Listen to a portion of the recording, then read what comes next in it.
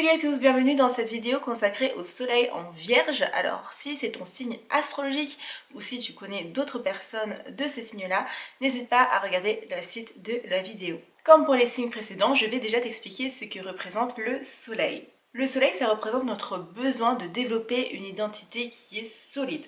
Ça représente la conscience de soi permettant aux autres parties de la psyché de fonctionner de manière harmonieuse. On peut aussi décrire le soleil comme étant le besoin de jouer notre propre rôle et non celui désiré par les autres. Et pour terminer, le soleil représente ta façon de briller, ta façon de te mettre en joie, d'être en forme, de te sentir vivant et pétillant. Le signe en question va être utile pour développer cette confiance en toi. Alors comment savoir si ton soleil est bien vécu ou non?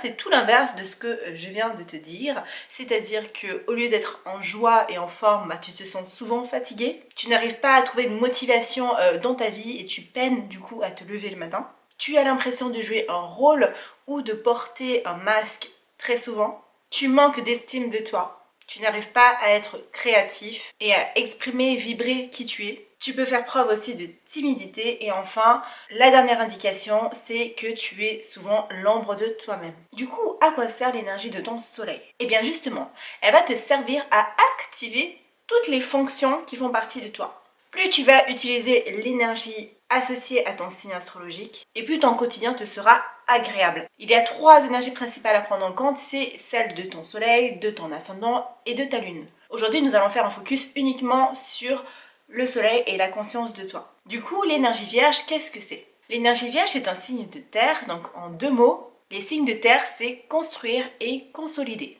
Ensuite, la deuxième chose à savoir sur le signe de la Vierge, c'est que c'est un signe dit mutable, c'est-à-dire que c'est un signe qui termine une saison pour préparer la suivante. En l'occurrence, là, le signe de la Vierge ferme la saison de l'été et prépare la saison de l'automne.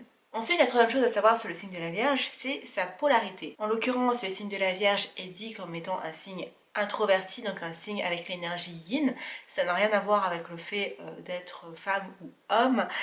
C'est plus une façon en fait de parler du monde intérieur, de parler de l'âme, de la conscience et tout ce qui est en rapport avec le monde intangible. Du coup, quand on mixe un peu ces 3 éléments, ça donne construire et consolider en allant et en venant vers le monde intérieur. Pour autant, c'est un signe qui est très adaptable et qui n'a pas peur justement d'aller chercher chez les autres de quoi s'enrichir intérieurement. Et inversement, elle n'a pas peur de donner en fait tout ce qu'elle a appris et tout ce qui lui a permis un enrichissement. D'où la notion de service avec le signe de la Vierge. Du coup, il y a 2 façons d'utiliser l'énergie Vierge. Vous pouvez l'utiliser de manière inconsciente et donc vous la laissez finalement prendre le contrôle et diriger son énergie de manière aléatoire.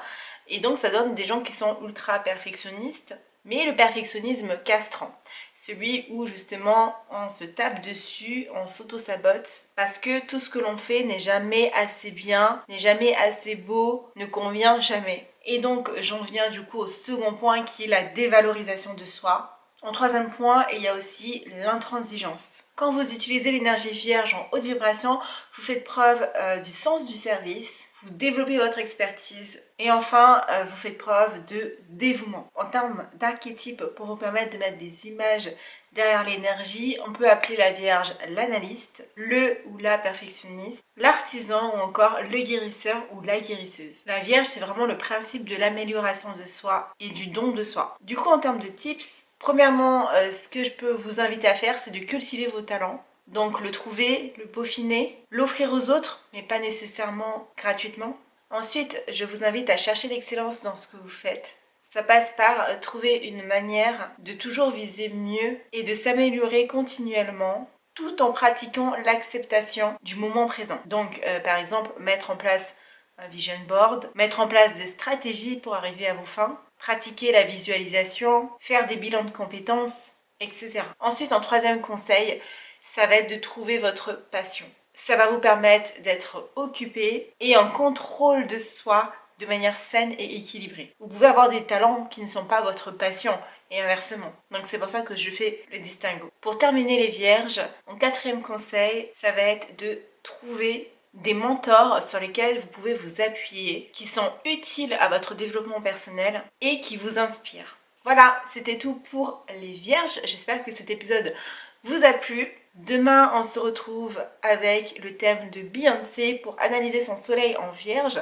Donc restez connectés, n'hésitez pas à liker, à partager et à vous abonner pour plus de vidéos. À demain, ciao ciao.